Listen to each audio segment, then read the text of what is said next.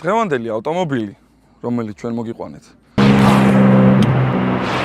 არის ყველაზე საინტერესო და ყველაზე ნამდვილი BMW-ს ფანების ავტომობილი და რა იმ ადამიანების, რომელიც BMW-ს უფუჭებენ, ესე რომ ვთქვათ, სახელს.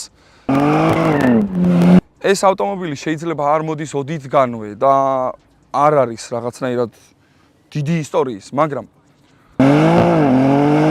მას შემდეგ რაც M3-ზე დაფიქრდნენ, რომ ჭირდებოდა მეგობარი და M3 გახდებოდა ესე რომ ვთქვათ 4-კარიანი სედანი, შექმნეს M4. 2014 წლიდან ეს ავტომობილები უკვე გვესალმება და გვესალმება დიდი ღიმილით. უკნიდან, როდესაც ჩაგაფრინდება ცარკეში და ფარებს აგინდებთ. ხვდებით, რომ თქვენი დღე ცუდად დაიწყო. დღეს ჩვენ 2014 წლიდან არ დავიწყეთ, 2024-ში გადმოვხდით.